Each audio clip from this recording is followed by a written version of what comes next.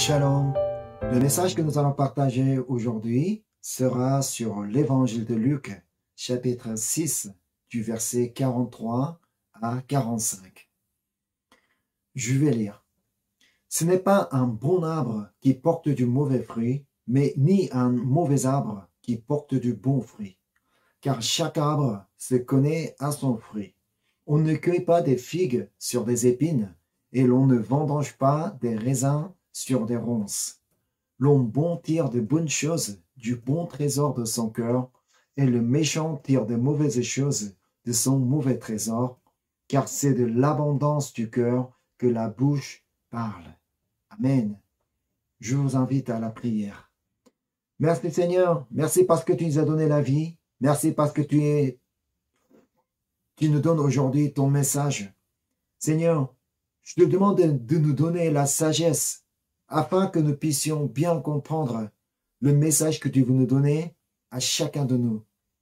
Ô Seigneur, que le Saint-Esprit soit au milieu de nous. Je te confie ce moment et je te prie au nom de Jésus-Christ. Amen. Amen. Aujourd'hui, nous allons passer un moment de récapituler notre vie chrétienne avec le texte aujourd'hui et avec le 2 Corinthiens, chapitre 13, verset 5. On va regarder 2 Corinthiens, chapitre 13, verset 5. Examinez-vous vous-même pour savoir si vous êtes dans la foi, éprouvez-vous vous-même. Ne reconnaissez-vous pas que Jésus-Christ est en vous, à moins peut-être que vous ne soyez réprouvés. Dieu a transmis ce message par la main de Paul aux chrétiens de Corinthe, afin qu'ils examinent eux-mêmes pour savoir s'ils sont dans la foi et afin qu'ils éprouvent eux-mêmes. Mais sachons que cette parole est aussi destinée aux chrétiens d'aujourd'hui. Examinez-vous vous-même pour savoir si vous êtes dans la foi, éprouvez-vous vous-même. Dieu nous demande d'examiner nous-mêmes si nous avons vraiment la foi.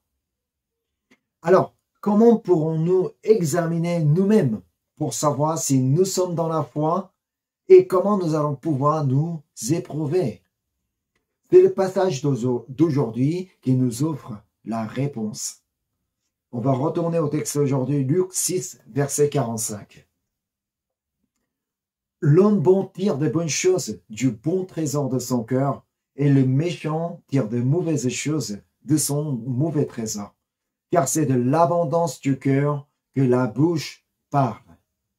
Afin d'examiner moi-même si je suis dans la foi et pour éprouver moi-même. Nous n'avons qu'à vérifier ce que ma bouche parle. L'homme bon tire de bonnes choses du bon trésor de son cœur, mais le méchant tire de mauvaises choses de son mauvais trésor. Autrement dit, s'il y a des actions de grâce dans mon cœur, je dirais des paroles d'action de grâce. S'il y a de l'amour dans mon cœur, je dirais des paroles d'amour. Et s'il y a de la grâce dans mon cœur, je dirais des paroles de grâce.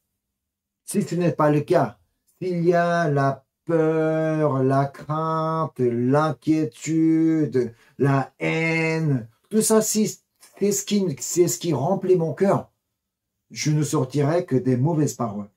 C'est pourquoi Éphésiens chapitre 4, verset 29 nous dit « Qu'il ne sorte de votre bouche aucune parole mauvaise, mais s'il y a eu quelques bonnes paroles qui servent à l'édification et communiquent une grâce à ceux qui l'entendent. » Évidemment, s'il y a que de mauvaises choses dans mon cœur, des mauvaises paroles vont sortir de ma bouche.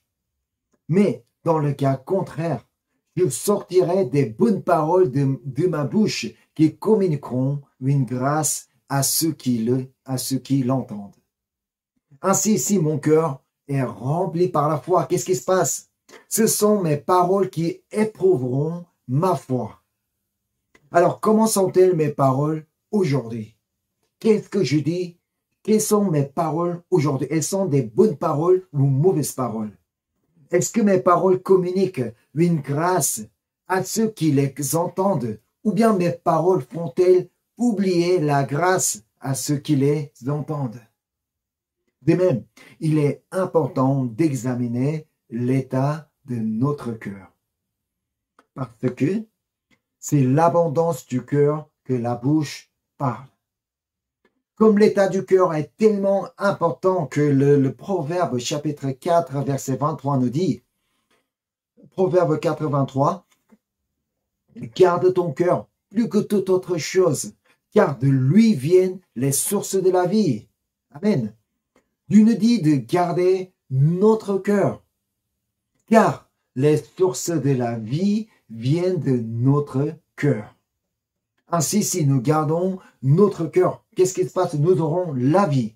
Mais si nous ne gardons pas notre cœur, qu'est-ce qui se passe? Nous n'aurons pas la vie. Nous allons perdre la vie.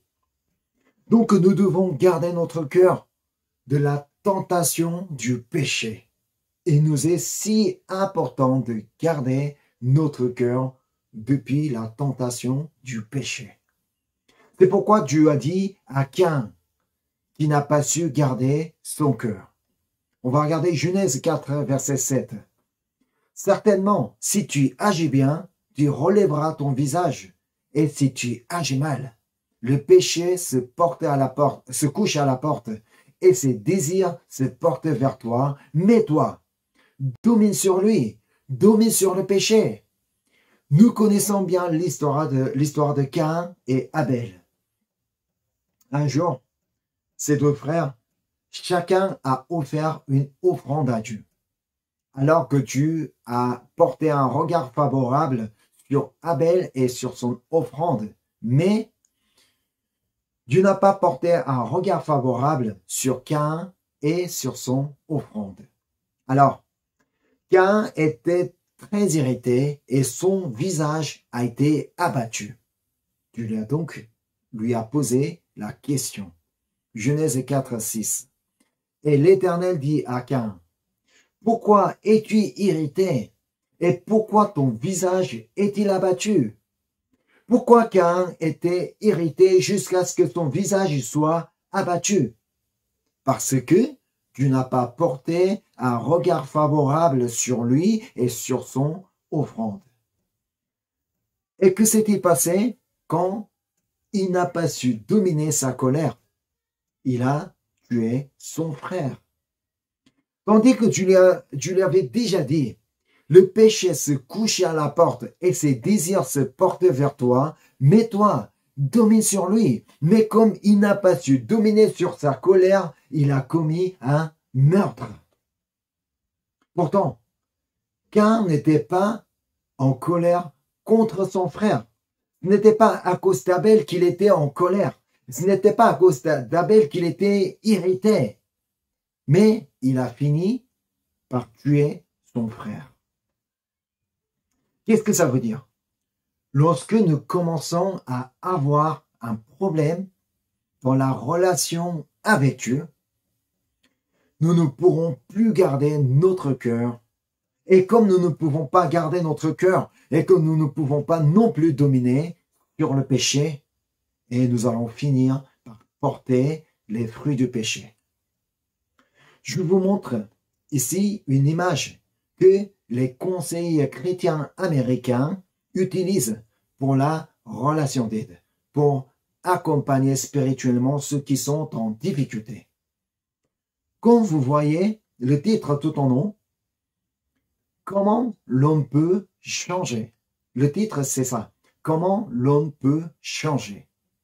Et cette image commence à partir du soleil qui est au centre, qui signifie la situation à laquelle je suis exposé actuellement.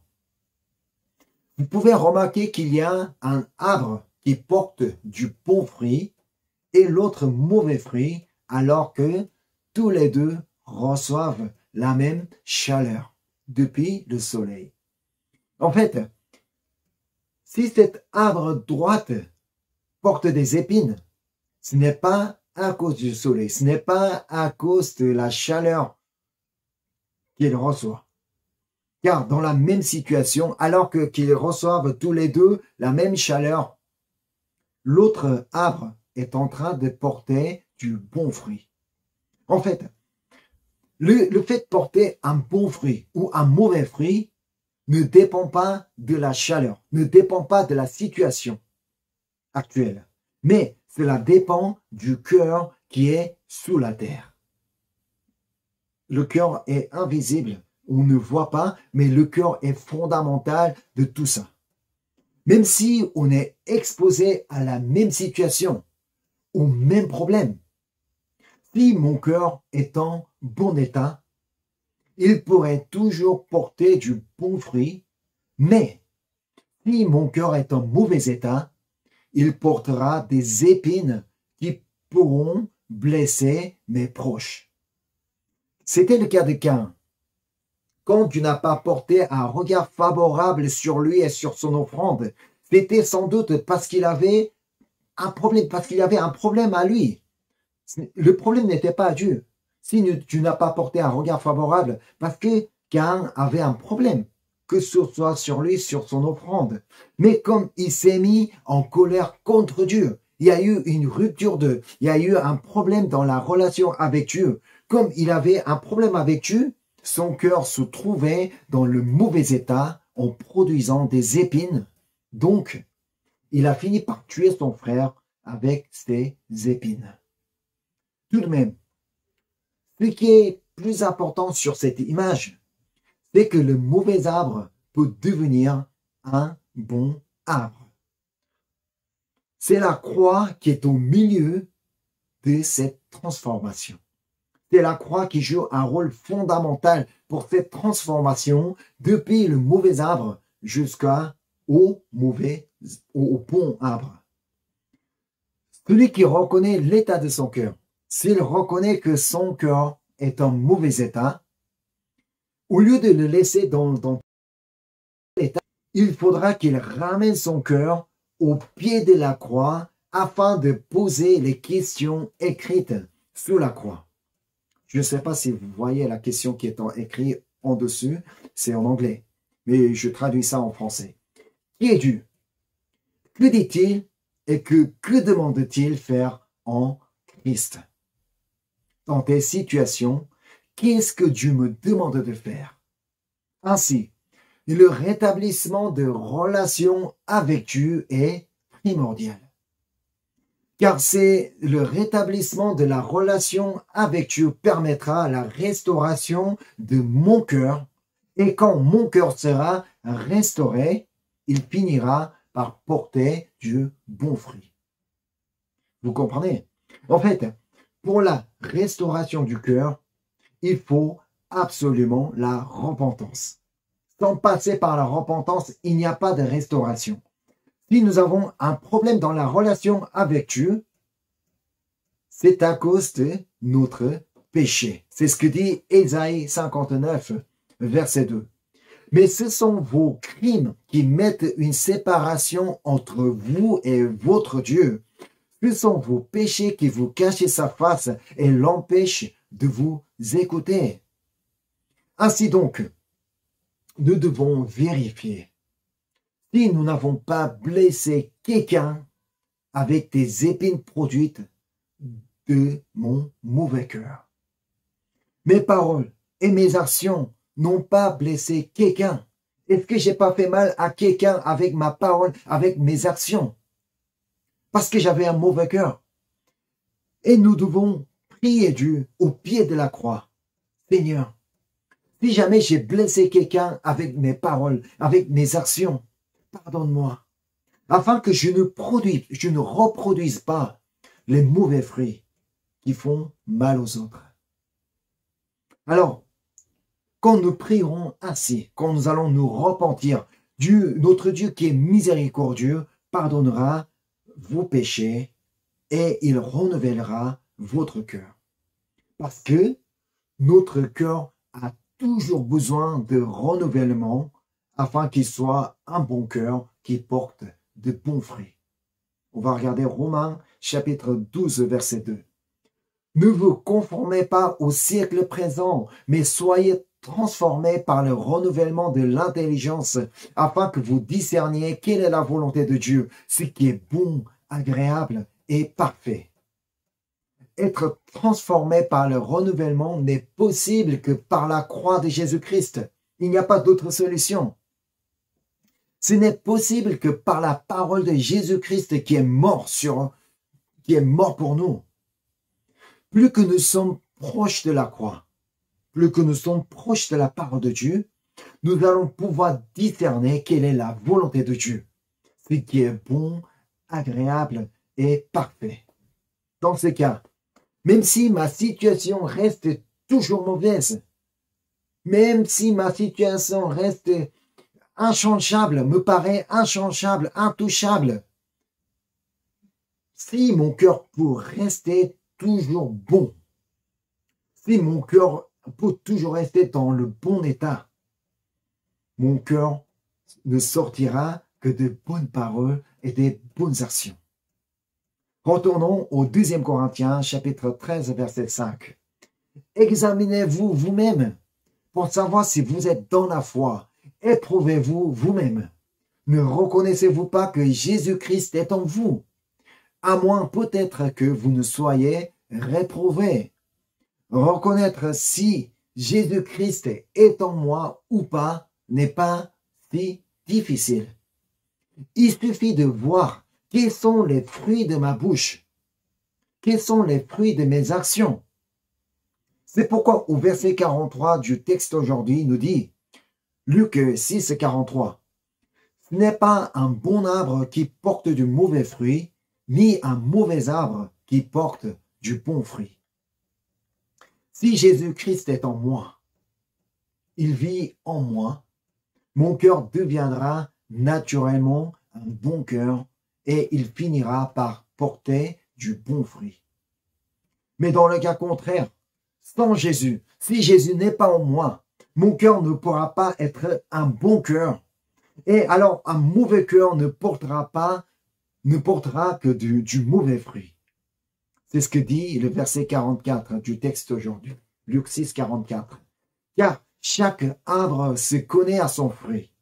On ne cueille pas des figues sur des épines et l'on ne vendange pas des raisins sur des ronces.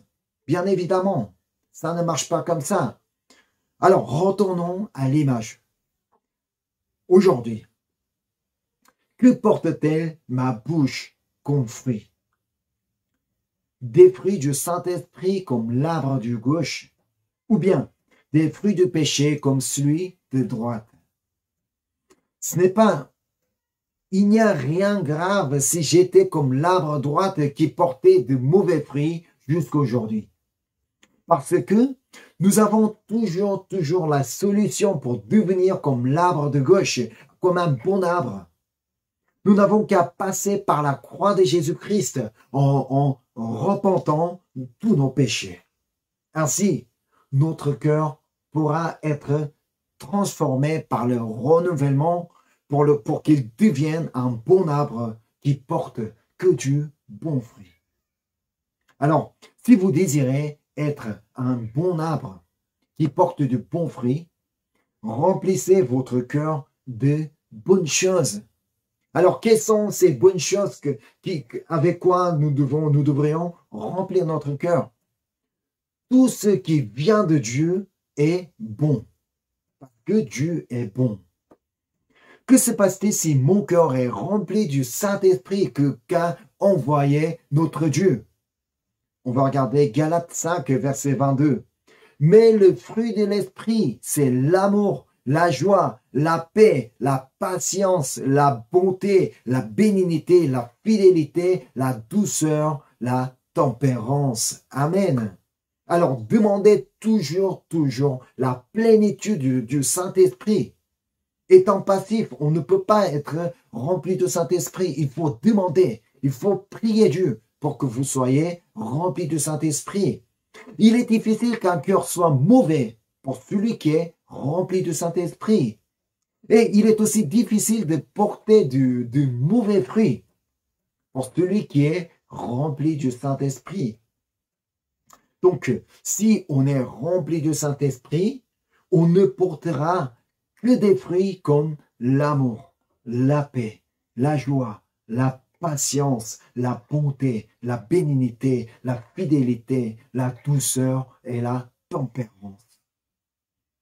Ainsi, nos paroles, nos actions et notre visage ne seront plus comme avant. Et en même temps, demandez aussi la sagesse de Dieu. Car nous ne sommes pas assez sages afin de bien réagir face aux diverses situations que nous rencontrons dans notre vie. C'est pourquoi nous avons besoin de la sagesse de Dieu afin que nous puissions bien réagir face aux diverses situations. On va regarder Jacques 3, verset 17. La sagesse d'en haut, la sagesse qui vient du haut, est premièrement pure, ensuite pacifique, modérée, conciliante, pleine de miséricorde et de bons fruits, exempte de duplicité, d'hypocrisie. Avec la sagesse de Dieu, qu'est-ce qui se passe avec notre cœur? Notre cœur deviendra pur, pacifique, modéré, conciliant, plein de miséricorde et il portera de bons fruits. Et encore, avec la sagesse de Dieu, notre cœur sera exempté de duplicité et d'hypocrisie. Ainsi, étant remplis du Saint-Esprit et de la sagesse de Dieu, nos paroles, nos actions et notre visage ne peuvent qu'être transformés. Dans les Actes, nous pouvons lire l'histoire d'Étienne rempli d'esprit et de sagesse. Lorsqu'il a parlé avec la sagesse et l'esprit, personne n'était capable de lui résister. Alors, ils ont fini par l'accuser injustement. Tout ce qu'il a fait, c'est parler de l'évangile de Jésus-Christ. Il n'a commis aucun crime. Il n'a fait aucun mal. Mais on a soudoyé des hommes pour faire devenir un homme qui a blasphémé contre Dieu. Il a été accusé vraiment injustement. Pourtant, la Bible dit qu'Étienne portait toujours de bons fruits dans telles situations. On va regarder les Actes chapitre 6, verset 15. Tous ceux qui siégeaient au Sanhédrin, ayant fixé les regards sur Étienne, son visage leur parut comme celui d'un ange. On a déjà vu l'homme en contraste avec Étienne. Qui était-il? Caïn. C'était Caïn. Caïn était irrité et que son visage a été abattu parce que Dieu n'a pas porté un regard favorable sur lui et sur son offrande. Alors, il n'avait qu'à trouver la raison pour laquelle Dieu n'a pas porté un regard favorable. Parce qu'il avait un problème à lui. Ce n'était pas un problème à mort. Il n'avait qu'à corriger ce problème pour que tu puisses porter à nouveau un regard favorable sur lui et sur son offrande. Mais le cas d'Étienne était complètement différent. Alors qu'il était accusé injustement, il n'a rien fait de mal, mais en plus, il était exposé à la mort. Mais comment était-il son visage? Son visage paraissait comme celui d'un ange. Comment était-ce possible? Parce qu'Étienne était rempli du Saint-Esprit et de la sagesse de Dieu. Comme sa relation avec Dieu était toujours bonne, son cœur était toujours en bon état, alors il pouvait donc porter du bon fruit malgré son accusation injuste. Alors, quand vous regardez dans votre miroir, comment est-il votre visage aujourd'hui? Est-ce qu'il paraît comme celui d'un ange, comme Étienne, ou bien comme celui d'un diable qui fait peur à tous ceux qui me regardent? Soyons remplis du Saint-Esprit et de la sagesse de Dieu afin que notre cœur soit un bon cœur qui porte que du bon fruit. Mais c'est vrai que nous pouvons toujours tomber dans la tentation du péché et il est possible que notre cœur soit souillé par le péché. Mais ne restons pas là. Parce que Dieu nous a déjà donné la croix de Jésus. Donc, on n'a qu'à retourner à la croix pour se repentir, afin que notre cœur soit à nouveau transformé par le renouvellement. Ainsi, nous deviendrons, encore une fois, un bon arbre qui porte que du bon fruit. Je vous bénis vraiment d'être un bon cœur, un bon arbre qui ne porte que du bon fruit dans votre parole, dans votre action et aussi sur votre visage. Amen. Prions Dieu. Merci Seigneur, merci parce que tu nous as donné cette parole pour que nous puissions porter un bon fruit dans notre vie, Seigneur. En tant qu'un chrétien, nous souhaitons toujours porter que du bon fruit dans notre vie, Seigneur. Pour porter un bon fruit, il faut que notre cœur soit en bon état. Pour que notre cœur soit en bon état, nous avons besoin de la plénitude du Saint-Esprit et aussi de ta sagesse, Seigneur.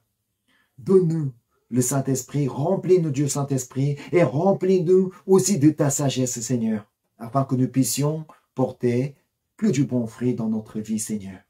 Merci encore une fois pour toute la grâce que tu nous as accordée et je te remercie, je te prie au nom de Jésus-Christ. Amen.